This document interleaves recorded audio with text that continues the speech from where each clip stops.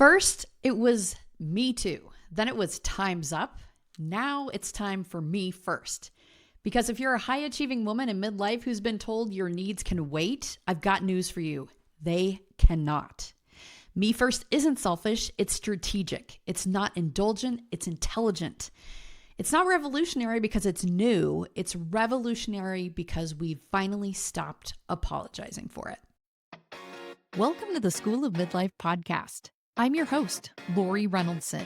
This is the podcast for the midlife woman who's starting to ask herself big life questions like, what do I want? Is it too late for me? And what's my legacy beyond my family and my work? Each week, we're answering these questions and more.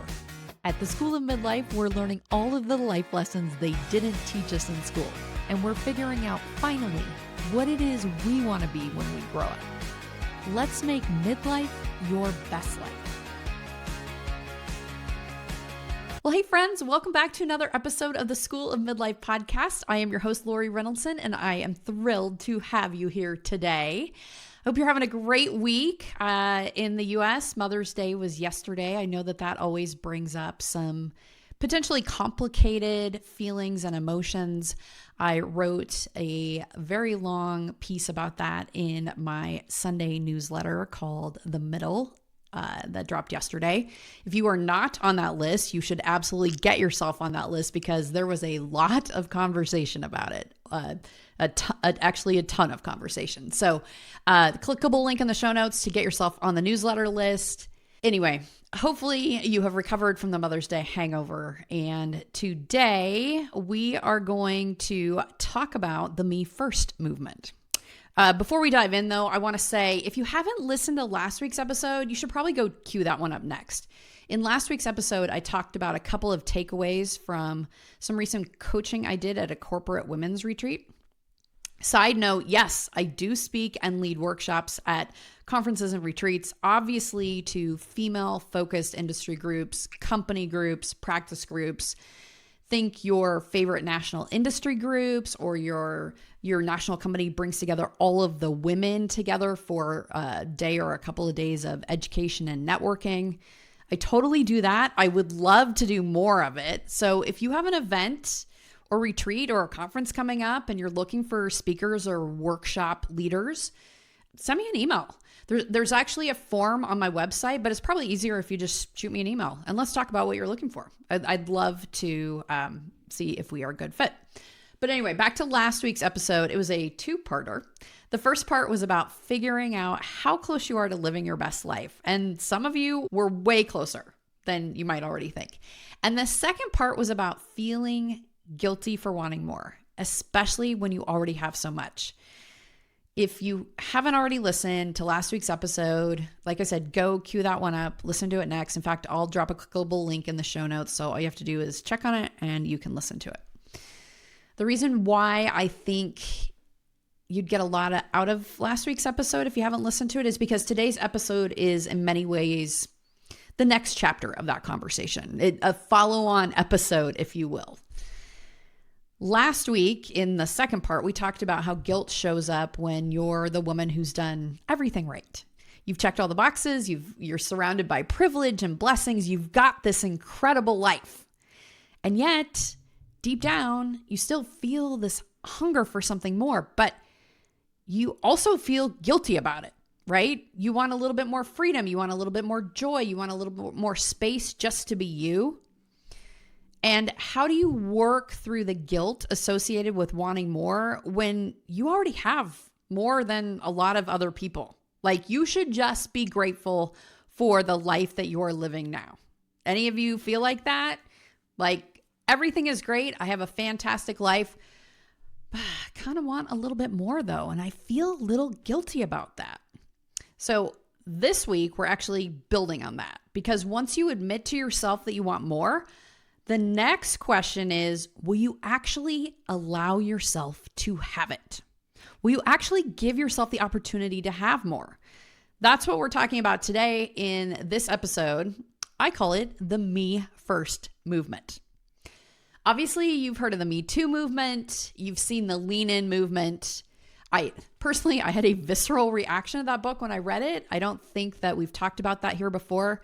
I'm going to actually make a note to talk about that on a future episode. So get ready for a future lean in episode. But we've got Me Too, we've got Lean In. Maybe you've even toyed with the quiet quitting or the soft life movement. Those are movements too.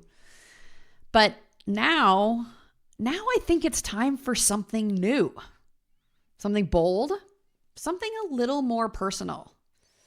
And drum roll, please. Yes, that's me banging on the desk. Introducing the me first movement. Not me instead of you, not me above all, but me finally. The me first movement. Because after years, decades even, of playing a supportive role in your life, even really when you were running the whole damn show, it's time to stop putting yourself last. Like everyone else eats first and you get to survive on the scraps. It's time to stop being the last name on your own to-do list. Anybody understand that? It's time to stop waiting for permission or for this idea of the right time to want more. What we're going to talk about in this episode, this is for the woman who has spent her life holding it all together and knows deep down that she's overdue for her own breakthrough. But let's get real for a second. This does not come naturally, right? Not because we're broken or we're lazy or we lack discipline, but because we've been trained to not put ourselves first. I've got one word for you: conditioning. Yeah, we've talked a lot about conditioning in the past, but let's just talk about it a little bit more. Because from day one, we were taught to be nice and be kind and be helpful and be accommodating. All great things. All great things. But what we actually learned by being kind and nice and helpful and accommodating, we learn to be small. We learn to be selfless. We learn to not take up too much space. Don't be loud. Use your inside voice. But that also meant we learned to be deferential.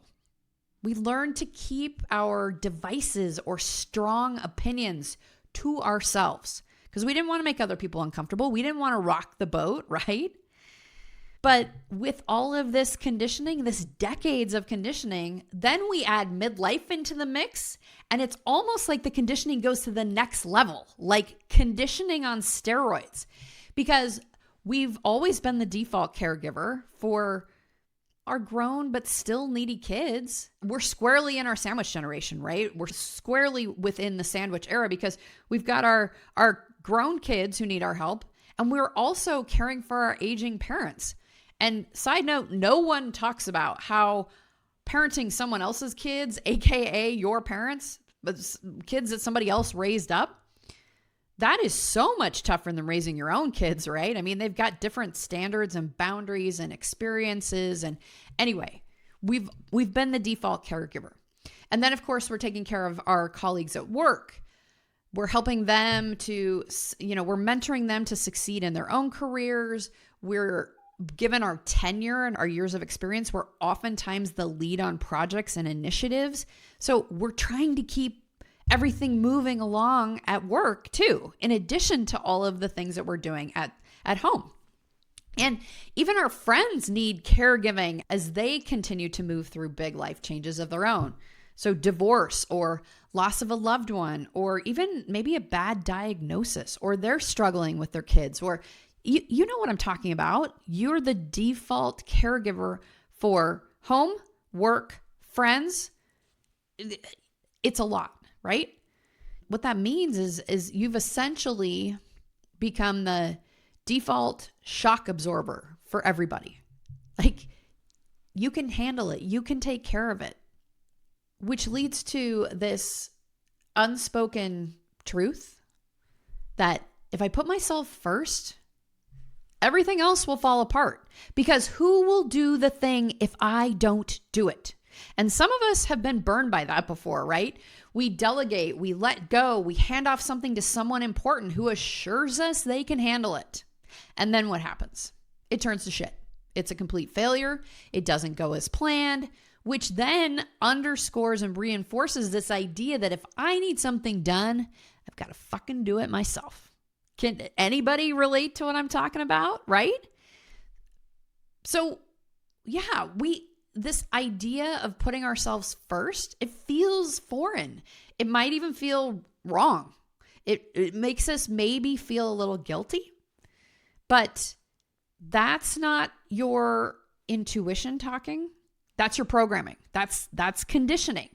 And before we move on, I want to pause here and clear something up, because I can already hear you, some of you out there saying, yeah, but Laurie, if I put me first, doesn't that mean I'm putting everyone else last? Bless her heart. No, not even close. Absolutely not. Because let's get this straight. Me first is not me only. Let's all say that again, right? Me first is not me only. This movement that I'm talking about, this me first movement, it's not about the pendulum swinging from selflessness to selfishness. It's about balance. It's about intention. It's about truth, because here's what we've been taught: that we either give everything to others or we become some cold, self-absorbed monster who only thinks about herself. I know some of us might have some voices that we hear when those words are said. Yeah, you're so selfish. You only think about yourself.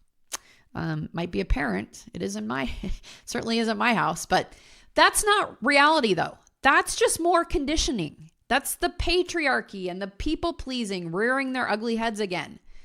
What we're actually doing here though is choosing to include ourselves in the grand scheme of things, in the equation. It's time to stop making our dreams optional. It's time to stop putting our needs at the bottom of the damn grocery list and the damn to-do list and all the damn lists. Can I get an amen on a Tuesday? And here's the radical part. When you put yourself first, you're not neglecting others. And I know that sounds counterintuitive, but instead of neglecting them, you're actually giving them your best. Not your best leftovers, but your actual best, because you show up differently. You show up to your relationships with more energy and more presence and a hell of a lot less resentment. You lead by example. You're intentionally leading by example, not by default or depletion. You teach your daughters, your friends, your parents, your coworkers that it's safe to prioritize yourself, that you don't have to disappear to be worthy of love or respect or success. So I want you to hear this one more time before we move on, before we really get into it, that me first is not me only. It's me finally included. I finally have a seat at the table. I'm finally enough. I can finally focus on myself. So here's the truth bomb that most of us have never heard. When you prioritize yourself, everyone around you benefits. When you're rested and nourished and fulfilled, you actually show up differently. You show up as your most vibrant, generous self. On the other hand, when you're depleted or resentful or bone-ass tired, that energy leaks into everything. I know you think that you can put on this game face and no one will know. Trust me, they see right through it. And you don't feel good about it either, because you have maybe you've said yes to something and the time comes around and it's time to do the thing that you said yes to, and you completely resent having that obligation. When you start thinking about yourself first, instead of moving through life with resentfulness, feeling resentment or depleted or completely exhausted, you start showing up as your best self. So let's stop glamorizing the martyrdom.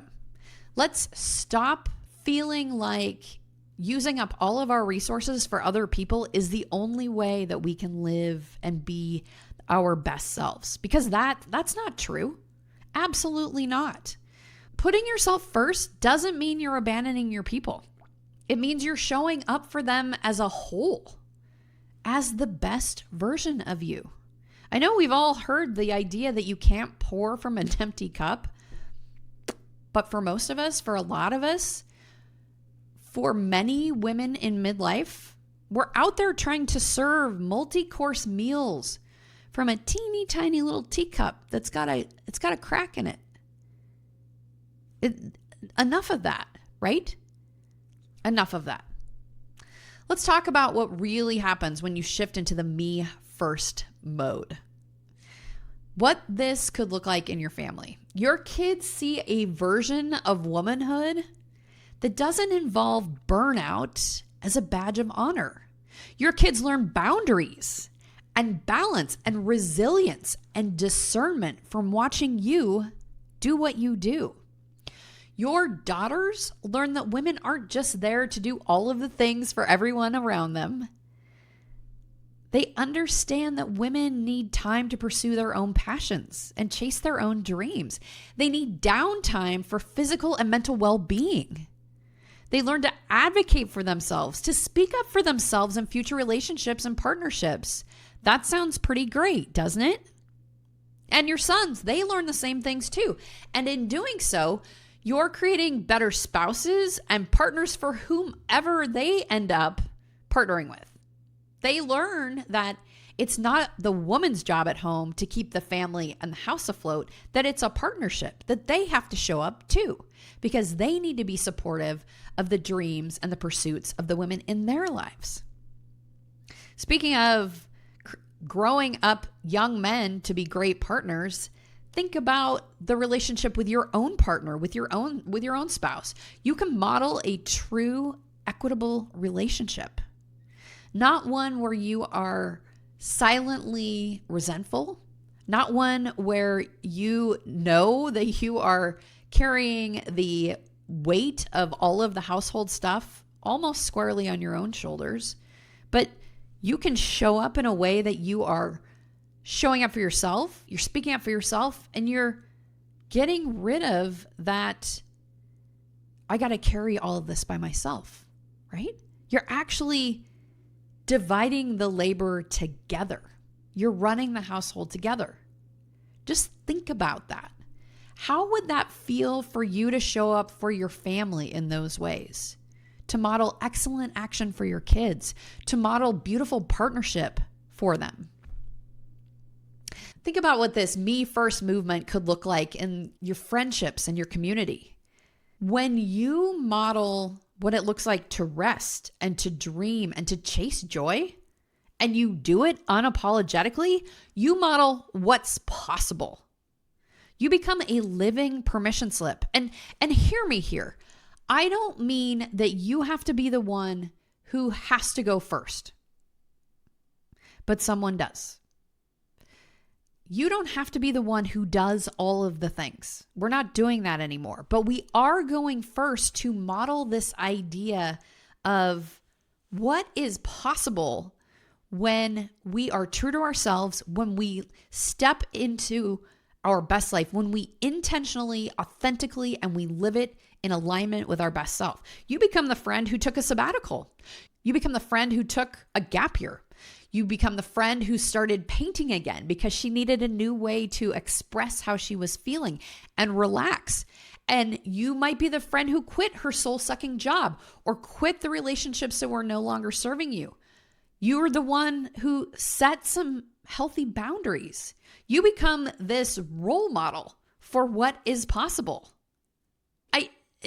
I get so excited about the ripple effects of the me first movement. Can you even think about that? Can you imagine them in your own life? How you showing up differently at home and with your friends and in your community, how that could just impact everyone. And I know that everyone sounds like a lot, but like you could literally change the world just by starting to do things for you. I know that sounds dramatic, but it's true. That's the whole like one pebble. It's the small spark. It's that ripple effect. And I mean, let's think about it.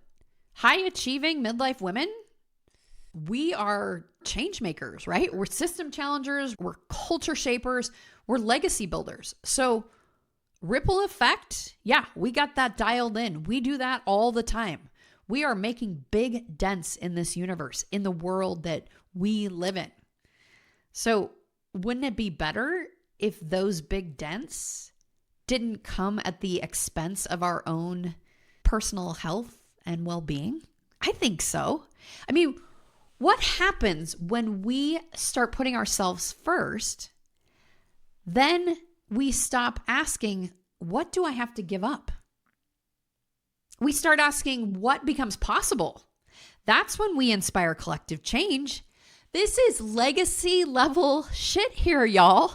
This isn't just lead by example. This is creating a better place for you to live, for you, your family, your community, for everyone. The real risk in your life is waiting. Waiting for the future, waiting for the right time, waiting for someday, waiting until the time is perfect. It's the real risk is waiting. And this is where it gets serious. This is serious because many of the women I coach, many of the women I work with, many of you out there listening to this podcast, you know you're not living into your full truth. You know you're not done yet. You know that there is something more out there for you. But you're waiting. You're patiently waiting. You're waiting for the kids to leave the house. You're waiting for your partner to change. You're waiting for work to calm down. You're waiting for the right time or the perfect time or someday. Hear me. Someday, it's a seductive lie. We've talked about this on the podcast before a lot, that there is no right time. There's no perfect time.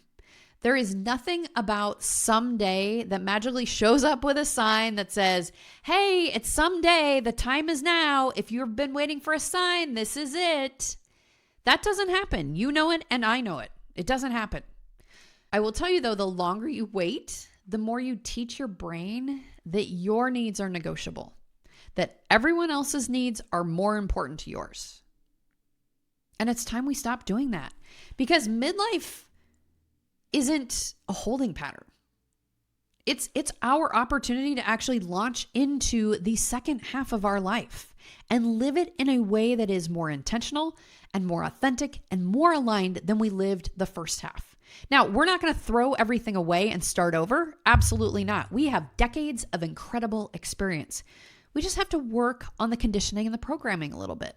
We have to take the skills that we've learned, apply them to some new programming and some new conditioning, and which will help us stop saying, if not now, when?